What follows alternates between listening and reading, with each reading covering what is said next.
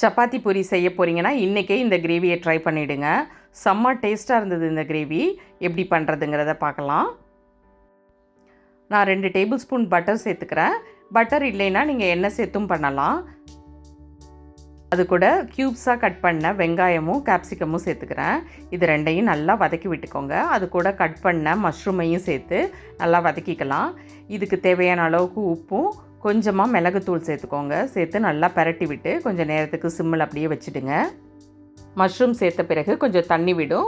ஓரளவு உங்களுக்கு க்ரன்ச்சியாக சாப்பிட பிடிக்கும் அப்படின்னா ஒரு 2 to 3 மினிட்ஸ் மட்டும் வதக்கி விட்டு ஆஃப் பண்ணிக்கோங்க.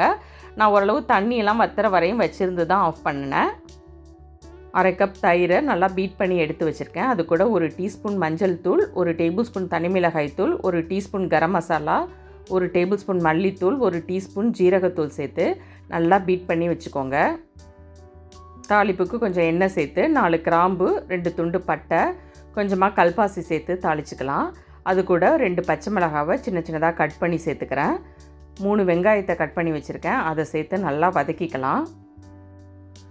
வெங்காயம் ஓரளவு வதங்கின பிறகு 2 டேபிள் ஸ்பூன் இஞ்சி பூண்டு பேஸ்ட்டு சேர்த்துக்கோங்க.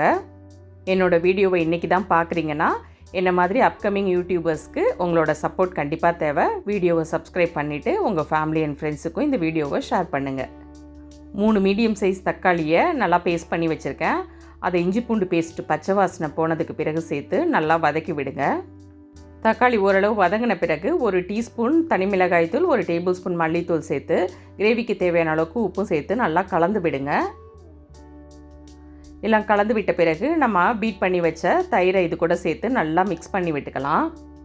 நம்ம சேனலில் சைட் டிஷ் வெரைட்டிஸே நிறைய நான் அப்லோட் பண்ணியிருக்கேன். அதோட லிங்க்கெல்லாம் டிஸ்கிரிப்ஷனில் கொடுக்குறேன். கண்டிப்பாக அதையும் செக் பண்ணி பாருங்கள். மசாலாவோட பச்சை வாசனை போகிறதுக்கு இதுக்கு கொஞ்சமாக தண்ணி சேர்த்துக்கணும். மிக்சர் ஜார்லேயே கொஞ்சமாக தண்ணி சேர்த்து இது கூட கலந்துக்கிறேன். எல்லாத்தையும் நல்லா கலந்து விட்டு மூடி போட்டு 5 நிமிஷத்துக்கு வச்சுருங்க. 5 நிமிஷத்துக்கு பிறகு ஓப்பன் பண்ணி பார்த்தீங்கன்னா எண்ணெயெல்லாம் பிரிஞ்சு எப்படி வந்திருக்கு பாருங்கள். இந்த டைமில் நம்ம வதக்கி வச்சுருக்கிற குடமிளகாயையும் மஷ்ரூமையும் இது கூட சேர்த்துக்கலாம். நம்ம தயிர் சேர்த்து செய்கிறதுனால நல்ல க்ரீமி கன்சிஸ்டன்சியில் இருக்கும் இந்த கிரேவி. டேஸ்ட்டும் அட்டகாசமாக இருக்கும். கண்டிப்பாக ட்ரை பண்ணி பாருங்கள். எல்லாம் நல்லா கலந்து விட்டு 1 நிமிஷம் மட்டும் கொதிக்க வைங்க. கடைசியாக 1 டேபிள் ஸ்பூன் கசூர் மேத்தியை நல்லா க்ரஷ் பண்ணி சேர்த்துக்கலாம். பார்க்கும்போதே பாருங்கள் பயங்கர டெம்ப்ட் ஆகும்.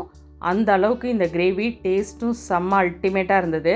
நீங்கள் சப்பாத்தி பூரி கூட ட்ரை பண்ணி பாருங்கள். எப்படி இருந்ததுங்கிறத கமெண்ட்ஸில் கண்டிப்பாக ஷேர் பண்ணுங்கள். நாளைக்கு வேறொரு ரெசிபியோட பார்க்கலாம். Thanks for watching.